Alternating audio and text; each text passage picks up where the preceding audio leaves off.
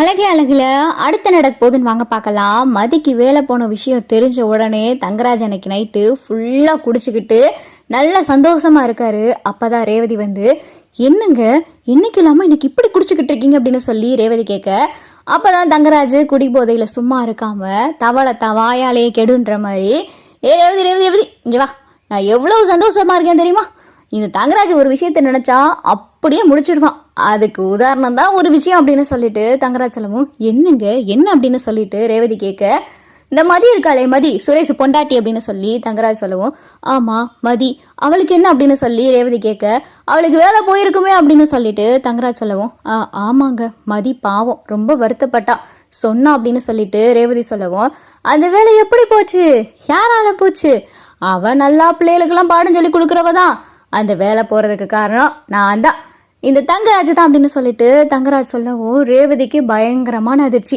என்னங்க சொல்றீங்க அப்படின்னு சொல்லி ரேவதி கேட்க, பின்ன இந்த சுரேஷ் கூட சேர்ந்து வாழன்னா அவளுடைய ஆணவம் திமிரு எல்லாத்தையும் அடக்கணும்ல, அதுக்கு காரணம் என்ன, தான் சம்பாதிக்கிறன்ற திமிரு தானே, அந்த சம்பாத்தியத்தை புடுங்கணும்னா என்ன பண்ணணும், அவ வேலையை புடுங்கணும், அதான் அவ வேலை செய்யற காலேஜில் இருக்கிற கரஸ்பாண்டன்ட் எனக்கு தெரிஞ்சவர், அவர்கிட்ட பேசினேன், சரின்னு சொன்னாரு, அவளுக்கு வேலை போச்சு, அவ பெரிய கனவு கண்டு வச்சிருப்பா, அந்த காலேஜில் நம்ம பர்மனண்ட் ஆயிட்டா சம்பளம் பெருசா கிடைக்கும், அந்த காலேஜிலே கடைசி வரைய உட்காந்து ஓட்டிடலான்னு நினைச்சிருப்பா, இப்ப பாத்தியா வேலை போச்சு, அவ ஆணவன் திமிரு எல்லாமே அடங்கி இருக்கணுமே, ரொம்ப வருத்தப்பட்டிருப்பாளே அப்படின்னு சொல்லிட்டு தங்கராஜ் சொல்லவும் ரேவதிக்கு பயங்கரமான கோபம்.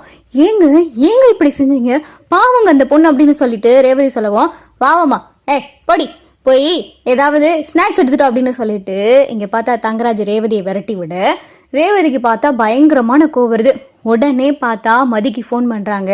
மதி மதி என்ன பண்ற மதி அப்படின்னு சொல்லிட்டு ரேவதி கேட்க, இருக்கேன், நீங்க என்ன இந்த டயத்துக்கு ஃபோன் பண்ணிருக்கீங்க அப்படின்னு சொல்லிட்டு மதி கேட்க, மதி உங்ககிட்ட ஒரு விஷயத்த சொல்லணும் மதி அப்படின்னு சொல்லி ரேவதி சொல்லவும், என்னங்க என்ன விஷயம் அப்படின்னு சொல்லி மதி கேட்க, இல்ல மதி உனக்கு வேலை போனதுக்கு காரணம் யாருன்னு தெரியுமா அப்படின்னு சொல்லிட்டு ரேவதி தயங்கி தயங்கி பேச, என் வேலை போனதுக்கு காரணம் யாரு, காலேஜோடைய கரஸ்பாண்டன்ட், அவங்க தான் என்னைய டெம்பரவரியா வச்சிருந்தாங்க, அவங்களே நீ வேலைக்கு வேணாமான்னு சொல்லி அனுப்பிட்டாங்க, இதுல யாரு காரணமா இருக்க போறா அப்படின்னு சொல்லி மதி கேட்க, வேற யாரும் இல்ல என் புருஷன் தான், அவர் தான் கரஸ்பாண்டன்ட் கிட்ட பேசி உன் வேலையை பர்மனன்ட் ஆக்க கூடாது, அந்த பொண்ணை வேலையை விட்டு நிப்பாட்டுங்க அப்படின்னு சொல்லி இவர் தான் ஏதேதோ சொல்லி மிரட்டியிருக்காரு, அதனாலதான் கரஸ்பாண்டன்ட் உன்னை வேலையை விட்டு நிப்பாட்டி இருக்காங்க அப்படின்னு சொல்லிட்டு ரேவதி சொல்லவும் மதிக்கு பயங்கரமான கோபம்.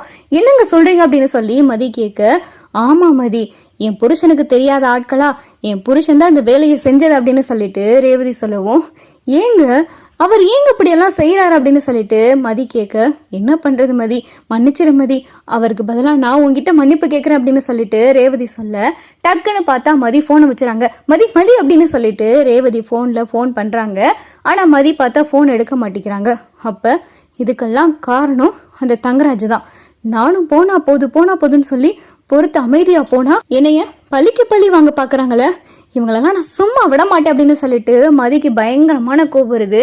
இவ்வளவு நாள் அந்த காலேஜ்ல நான் வேலை பார்த்திருக்கேன், என்னுடைய சர்வீஸ் நல்லா இருக்குன்னு சொல்லி கூட இருக்கிறவங்கள இருந்து ஸ்டூடெண்ட் வரை எல்லாருமே சொல்லியிருக்காங்க, ஆனா ஒருத்தருடைய ரெக்கமெண்டேஷனால என்னுடைய வேலையவே தூக்கிட்டாங்கல்ல, அவங்களெல்லாம் நான் சும்மாவே விட மாட்டேன் அப்படின்னு சொல்லிட்டு மதி ரொம்ப கோபப்படுறாங்க. மதி பார்த்தா ரொம்ப கோவத்துல உட்காந்துருக்காங்க. அப்பதான் சுரேஷ் தூங்குனவரு எந்திரிச்சு பாக்குறாரு.